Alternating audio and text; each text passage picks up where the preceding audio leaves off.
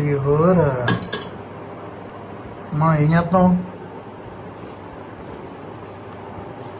కనబడతారు కదా పులిహోర కలుపుతున్నా కానీ.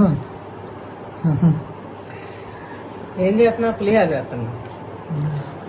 మీరు శబరిమల వెళ్తున్నారు కదా, తాత మీరు శ్రీరాము ట్రైన్లో పులిహోర. ఎన్ని రోజులకి? మీరు ఎన్ని రోజులు ప్రయాణం, ఎప్పుడు ట్రైన్ దిగుతారు అప్పటి వరకు. 2 రోజుల. రేపు నైట్ వరకు ఇదే. సరే